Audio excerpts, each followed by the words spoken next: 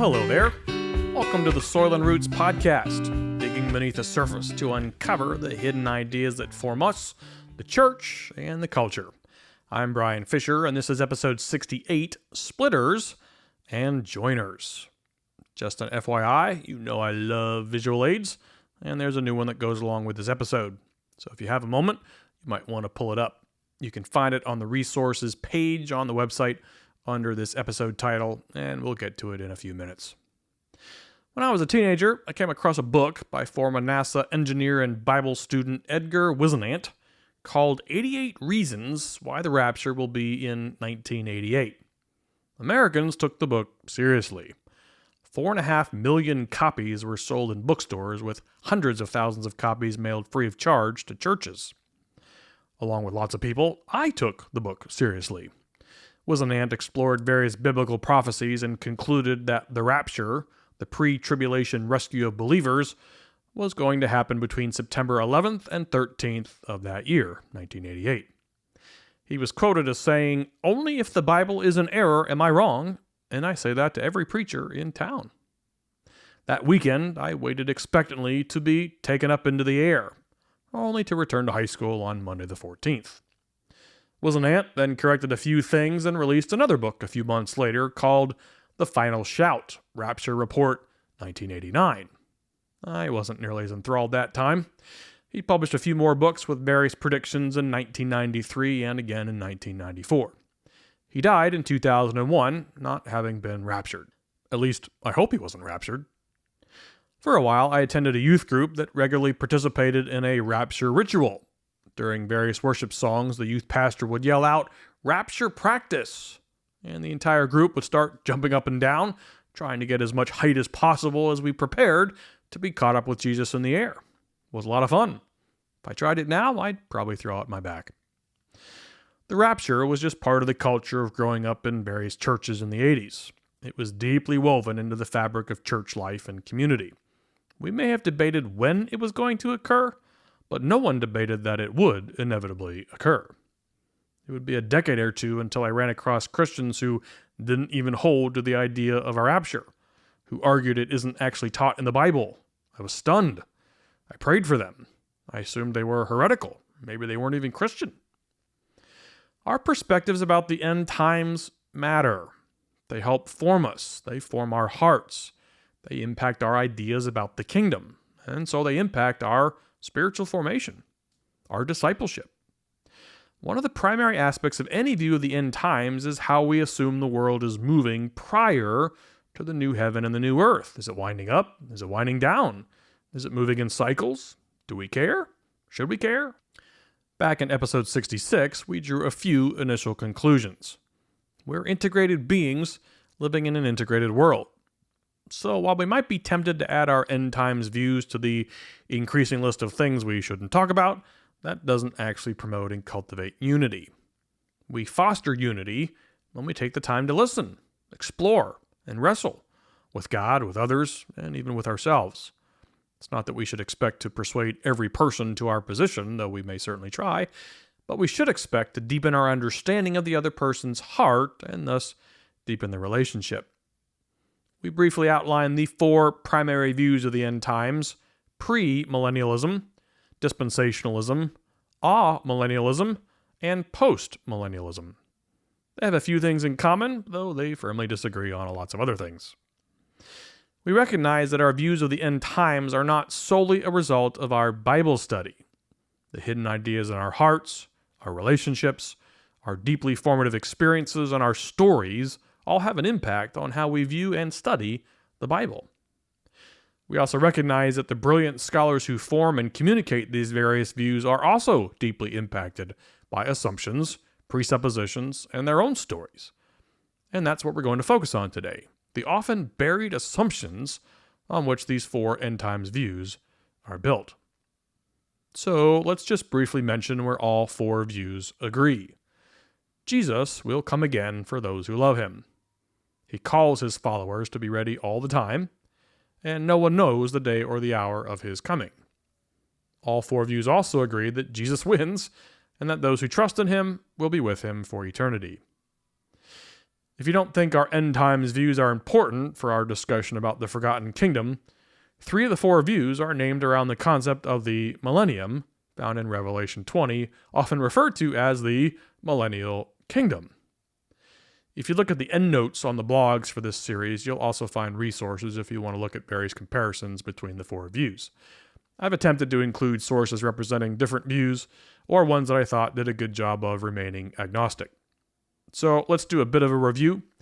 I'm going to read some helpful definitions of each of the 4 views from a group that identifies as dispensational, though I think they do a great job of providing a fair and accurate picture of each. So let's start with premillennialism. Premillennialists believe that Jesus will return before the millennium. When Christ returns, the church age will come to an end, and Jesus will then establish his millennial kingdom. The Christian dead will be raised to life and reign with Christ for this 1,000 years in a literal kingdom that Jesus establishes on the earth. This kingdom will last for an actual period of 1,000 years. But at the end of that 1,000 years, the devil will be unbound and released. He will gather those who refuse to submit to Jesus and will lead one final rebellion against Christ and his kingdom. He will fail, and Jesus will finally and ultimately defeat him. And then comes the end. God will bring about a new heavens and a new earth, a purified and restored creation. Premills tend to view Jesus and the New Testament church as the fulfillment of Old Testament Israel. They don't normally make a distinction between the two. Okay, next is dispensationalism. That's a subset of premillennialism, but it contains a few unique features. Quote, dispensationalists draw a sharp distinction between Israel and the church, and God's dealings with each. They believe God has one plan for Israel and another plan for the church. In light of that, one of the major differences in dispensationalism is that it adds a second secret return of Christ, a secret rapture. After that, there will be a 7-year period of tribulation, terrible suffering, and hardship. The removal of the church allows God to focus on Israel. During this tribulation, there will be a great conversion of Jewish people to Christ. Then at the end of the 7 years, Jesus will visibly return and set up his kingdom. So both of these first 2 views are defined by the belief that Jesus returns prior to the millennium. Both these views generally hold that history continues on a downward spiral. Suffering generally increases as history progresses until suddenly Christ returns. Our third view is postmillennialism. Postmillennialism takes the opposite stance. It maintains that Jesus will return after the millennium. Postmillennialists hold to a different understanding of the nature of the millennium. In premill, Christ comes down, establishes his kingdom, and reigns on the earth. In postmill, Christ remains in heaven, exercising his authority on earth through the church. Whereas premillennialism takes a negative view of the progression of history, postmills takes a positive view. Through the church's spreading of the gospel, the millennium will be gradually and progressively established on earth. As Christian influence spreads, so will peace and righteousness. Toward the end of the millennium, the devil will be released and lead a brief rebellion. Jesus will return to the earth to defeat his enemies, raise the dead to face the final judgment, and then bring about the new heavens and the new earth.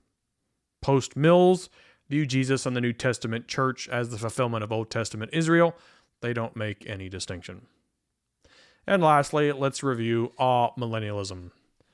Amillennialists agree with postmillennialists that Jesus will return after the millennium, but they don't believe that the millennium is a yet-to-come future event. Instead, the defining characteristic of amills is that they believe the millennium is right now. It's a present reality. It's the church age, the entire period between the departure and the return of Jesus. So while premillennialism takes a negative view of the development of history, and postmills take a positive view, amills take both. Evil will continue to expand right alongside the spread of the gospel and its positive influences. Jesus bound and imprisoned Satan with his death on the cross and resurrection. Thus, Satan's influence has been severely limited, making way for the spread of the gospel to all the nations. Since the millennium is right now, when Christ does return, it will be the end. He brings with him the resurrection of the dead, the final judgment, the recreation of the new heavens and the new earth. Amills view Jesus and the New Testament church as the fulfillment of Old Testament Israel. So, while these four agree on some things, they obviously disagree on a whole lot. They disagree on when Jesus will return in relation to the millennium and how many times. They disagree on whether there is a future plan for the people of Israel or just one plan for everyone who follows Jesus, both Jew and Gentile. And they disagree on where the world is heading during this current age, up, down, or somewhat indifferent. Now, these differences have an enormous impact on our spiritual formation, and that's why we need to explore them. Once again, we assume that very smart, well-meaning scholars are behind each of these four positions. We assume none of them are unbiblical.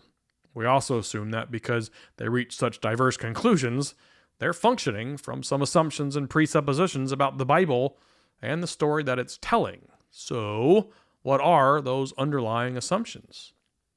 The late theologian Dr. Michael Heiser attempted to answer that very question. His PhD was in Hebrew and Semitic studies, and he used to work for Logos Bible Software. While there, he produced a course called Problems in Bible Interpretation: Why Do Christians Disagree on End Times? So I bought the course, only to discover that a fair portion of the content is available for free on Heiser's website. Logos Software, you're very welcome. Heiser helpfully boiled down the key assumptions underneath the four end times perspectives and came to this general conclusion. We come to the Bible with certain interpretive presuppositions that influence how we read it, and those lead us to reach different conclusions about the end times. And unless we're aware of those presuppositions, we may not fully realize why we even hold to the views we do. Meaning, our sometimes hidden or unconscious assumptions about what story the Bible is telling and how it should be interpreted lead to our conscious views of the end times. That sounds a lot like the hidden ideas and assumptions we've explored for 67 episodes so far. We're on the right track. Heiser lists 6 or 7 questions about the Bible that we often unconsciously answer before we ever open it up. So here are just a few of them. What's the relationship of the nation of Israel to the modern-day church? 3 of the positions we noted believe that Jesus and the New Testament church are the fulfillment of Old Testament Israel, and 1 believes that they are separate and distinct today. So, which assumption are we making? Should we hold to the concept of a rapture or not? Are there 2 future comings of Jesus, or just 1? Very much related to this season, will there be a literal 1,000-year kingdom sometime in our future, or are we somehow in it right now? How do we treat prophecy in the Bible? What system of interpretation do we assume when we read the scriptures, particularly those considered prophetic? We may not be aware there are different types of methods of how to read the Bible, but there are, and chances are we're following one, whether we know it or not. Now, if you buy Heiser's course and spend the hours watching it, hoping to be told which assumptions are correct, you'll be sorely disappointed. His point is to get us thinking about the assumptions that drive our views and to acknowledge and explore the other sets of assumptions. He wants us to wrestle. I'm going to share with you some of what Heiser teaches and carry the conversation forward a bit. For the sake of this episode, we're going to dig into just 2 of his identified assumptions. What's the relationship between the nation of Israel and the church? And what method or system do we use when we interpret the Bible? Before we dig in, I'll once again mention that in order to avoid spending 25 episodes on the end times, I have to make some gross generalizations about the various views and their underlying ideas. I'm not attempting to extract every nuance from every view. We are attempting to dig into the heart of the disagreements so that we can wrestle with them down there instead of arguing about certain passages or conclusions that sit above the surface. The rest of the episode will now follow along with the visual aid that you've hopefully pulled up. When we read and study the Bible, at some point we're going to be compelled to make a conscious or unconscious decision about the overall biblical story, what I've been calling the meta-narrative. Pretty much everyone agrees that Genesis 1 through 11 relates the story of all mankind at that point. It starts with Adam and Eve and their family, and then as humankind develops, the narrative pretty much follows the general affairs of the entire population. When we hit chapter 11, mankind joins together at Babel to, once again, attempt to declare their divinity, and God mercifully steps in and splits us up for our own benefit and our own safety. Now in Genesis 12, the narrative shifts to just one man, Abraham, and from him comes the people of Israel. Most of the rest of the Old Testament focuses on just this one people group, Israel, and its experiences with God and other nations and themselves. So far, so good. When we get to the New Testament, however, Dr. Heiser proposes we all make a choice, an assumption, about where the story heads. In Acts 2, a new people group is formed, what we call the church, people who choose to follow Jesus and enter his kingdom. This church was effectively born in the Jewish community in the book of Acts. It would be a decade or so later before anyone else became part of this new story. So here's our choice. Does the story of the people of Old Testament Israel continue on through the New Testament, on through Revelation, and on into the present time separate from this new church? Or does the story merge Old Testament Israel and this new church together in the New Testament? So Heiser asks this baseline question. Are we splitters or are we joiners? Do we assume the story splits Old Testament Israel and the New Testament church into two, or does it graft the New Testament church into Israel? Is this one question, are we splitters or joiners, really at the heart, the bedrock of four pretty different views of the end times? Well, nothing about the end times is quite that simple, but yes, what story we assume the Bible is telling does have an enormous impact on our end times perspectives and so on our discipleship. Those who view the Bible as splitting the story are normally associated with some pre-millennialists and with dispensationalism. This is how they self-identify, including what I just read for you. Quote, dispensationalists draw a sharp distinction between Israel and the church, and God's dealings with each. They believe God has one plan for Israel and another plan for the church. End quote. So why do splitters see two storylines instead of one? Among other things, it has to do with promises that God made to the people of Israel in the Old Testament. Heiser uses the example of God's promise to Abraham regarding land for the Israelites. Genesis 12, God promised several things to Abraham, and in chapter 18, God provided some specifics about the location of the land that his people would inherit. Heiser shares how someone who believes the story of the Bible is about two people and two plans considers these promises to be unconditional but not yet fulfilled, at least not in total. Meaning, God made some promises to Abraham and the Israelites that aren't yet complete. And because God is faithful, those promises not yet fulfilled in our present must still be fulfilled in our future. Now, this conclusion has a tremendous influence on how we read the Bible, including passages that are sometimes considered prophetic. If we hold to the idea that a number of Old Testament promises haven't yet been fulfilled related to Israel, then we'll generally assume that much of Revelation, parts of Daniel, pieces of the Gospels, and some other passages refer to events that haven't yet happened. That's the lens through which we'll interpret the Bible. This is what leads to the belief in future events such as the rapture, a 7-year tribulation, and a literal earthly 1,000-year reign of Jesus. In order for these Old Testament promises to be fulfilled, we make prophetic space, as it were, for them to be fulfilled sometime down the road. Back to that definition of dispensationalism, quote, there will be a 7-year period of great tribulation, terrible suffering, and hardship. The removal of the church, referring to the rapture, allows God to focus on Israel. During this tribulation, there will be a great conversion of Jewish people to Christ, end quote. There you go. Two people, two plans. The 7-year tribulation and a literal millennium are necessary in order for God to fulfill the promises he made to Old Testament Israel that aren't yet fulfilled. That's what I mean by prophetic space. Okay, makes sense. So how is it that there are people who join the storylines together? What about these one people, one plan folks? If splitters assert that there are unconditional Old Testament promises that God made to Israel that remain unfulfilled and must be fulfilled in our future, do joiners consider God to be unfaithful? Do they just ignore these Old Testament promises? Heiser goes on to explain that the joiners don't agree that these promises were unconditional or that they are unfulfilled.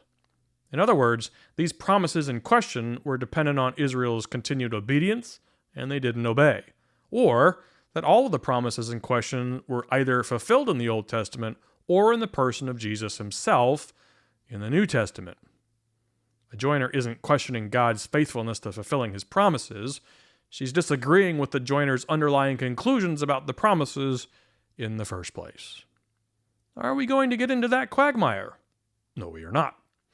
You can find hundreds of thousands of pages, articles, videos, and sermons making arguments for both sides, and those are things you can wrestle with in your family, your church, or in your greenhouse. Both sides present lots of scriptural evidence for their perspectives regarding these promises, so have fun. Joiners see the story of the New Testament church merging into the story of Old Testament Israel and moving together as one story. It's not that Old Testament Israel becomes unimportant or disregarded. It's that the story is now about one community that includes anyone who chooses to follow Jesus, both Jew and Gentile. Because they don't consider most of the promises in question needing to be fulfilled in our future, because they've already been fulfilled, joiners don't interpret the bulk of Revelation, parts of Daniel, pieces of the Gospels, and other passages to be about our future. They have no need to make prophetic space for unfulfilled promises because to them, they're already fulfilled. So they don't hold to a rapture, a 7-year tribulation, and a literal 1,000-year millennium. They don't tend to see the world as winding down. This is why an all-millennialist, for example, may be neutral about the progress of the world and why a post-millennialist is actually optimistic. They don't interpret the passages about the tribulation to be part of our future. So what might those passages be referring to?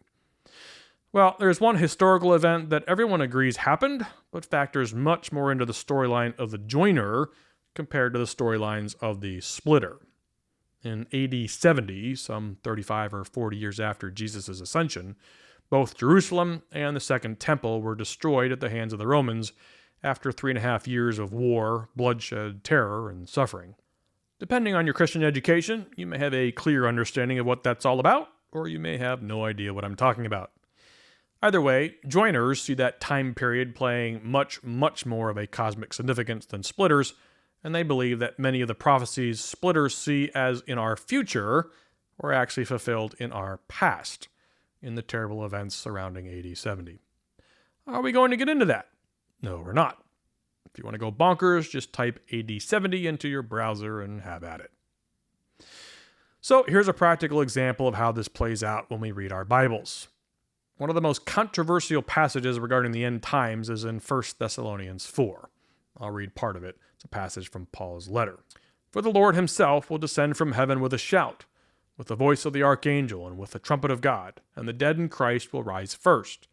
Then we who are alive and remain will be caught up together with them in the clouds to meet the Lord in the air, and so we shall always be with the Lord. Therefore, comfort one another with these words.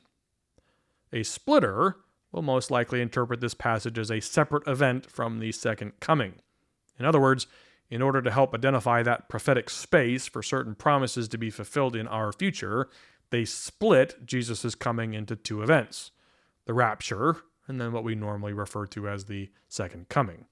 So through that lens, a person who holds to a two-people, two-plan view will interpret this passage as describing the rescue of the church prior to or during the tribulation. Instead, a joiner will harmonize this passage with what they view as only one event, the second coming. Joiners are going to point out that the original readers of Paul's letter would have been familiar with the custom of a people rushing out to meet their conquering king, preparing to usher him back into their city. It's sort of the image of the triumphal entry on Palm Sunday. So to them, this passage doesn't refer to us being caught up and taken away or rescued. It refers to us meeting our king and welcoming him back down to the planet that he's conquered at the second coming. Joiners don't hold the two future appearances of Jesus, just the one. Well, these are obviously two radically different interpretations of the same passage. But at least we now understand why they're different. They're different based on the underlying assumptions about the meta-narrative. Is the story about two people and two plans, or one people and one plan? It becomes fairly obvious that splitters and joiners are reading the same passages in the Bible through different lenses and different methods of interpretation. Dr. Heiser chats about that, so we'll touch on it as we close. The fancy name for the study and use of these interpretation methods is hermeneutics, I like saying that word, hermeneutics. Reminds me of Seinfeld. Hello, Newman. Splitters tend to approach the Bible using a method called the grammatical historical interpretation, sometimes just called the literal interpretation. Now, the word literal causes all sorts of headaches. What do we mean by taking a passage literally? And literal to whom? To a modern reader in the 21st century or to a Jewish family in 300 BC? Well, here's the good news. No one thinks we should literally pluck out our eyeball or cut off our hand if we sin. No one thinks that Jesus, the Lamb of God, is actually a sheep. One dispensational scholar clarifies, quote, "The method uses literal interpretation for the original intent of the author," end quote. In other words, this method of interpretation attempts to determine what the author's original purpose was in its original context. Cool. Here's the problem. Other methods claim the exact same thing. They're all attempting to interpret the Bible according to what they believe the author's original intent was. That's sort of the point. So much of the difference actually involves how each system views the relationship between the Old and New Testaments. Splitters will normally interpret each testament equally and at face value. So those Old Testament promises are to be taken literally and must be fulfilled literally. Joiners view the relationship between the testaments differently. They hold that the New Testament does amplify, interpret, and clarify the Old Testament, primarily because of Jesus. Both testaments are equally important, though the New Testament is the lens through which the Old Testament may be understood. Those are actually pretty different perspectives, and there's been an ongoing scholarly war between the two camps for decades, if not longer. The splitters tend to charge the joiners with using too much allegory, spiritualizing the text, and making the Bible mean whatever they want it to mean. The joiners tend to charge the splitters with being wooden, not properly recognizing Jesus as the center of the story and creating a prophetic system that makes little sense. Are we going to get into all that? No, we aren't. There's actually much more to it, but in general, these are the two fundamental assumptions on which the two sides disagree, and they do lead to the various end times views. Number one, what's the story? What's the meta-narrative? Does the Bible tell the story of two people and two plans, or one people and one plan? And second, by what method do we interpret the Bible? Does the New Testament fulfill, clarify, transform, and amplify the Old Testament, or not? This does beg the question, which came first, the chicken or the egg? Does our assumption about the storyline of the Bible impact the method we use to read it, or does the method we use to read it impact the storyline we think the Bible is telling? I have no idea. For those of us who sit at the bottom of the food chain of how these ideas flow, it's probably a mixture of both. So these are the two questions we might consider and try to answer when we sit down to read and study our Bibles, particularly when it comes to the end times. What's the storyline, and what's the relationship between the Old and the New Testaments? And when we're in conversation with someone who holds to a different end times view than we do, we might start the conversation exploring these two assumptions instead of trying to argue about the mark of the beast or the rapture or the Antichrist. So, are we splitters or are we joiners? Makes a huge difference in how we read the Bible, especially those pesky prophetic passages. And it makes an enormous difference in our spiritual formation. Fun stuff. Perhaps there is at least one thing we can conclude from all this. Depending on who you read, there are at least 300 prophecies in the Old Testament concerning Jesus, and several of them predicted details about his birth. But it wasn't like there was a welcoming party sitting around waiting for Mary and Joseph when they journeyed into Bethlehem. Apparently no one had figured out what was happening. If they had, I suppose Mary and Joseph would have actually been given a room in the inn. So, if the wise man couldn't figure it out without a whole lot of astronomical help the first time around, maybe none of us are supposed to figure it out the second time around. Thanks for listening. If you'd like more information on Soil and Roots, check us out at soilandroots.org. As always, drop us an email at fish@soilandroots.org, and we'll see you next time.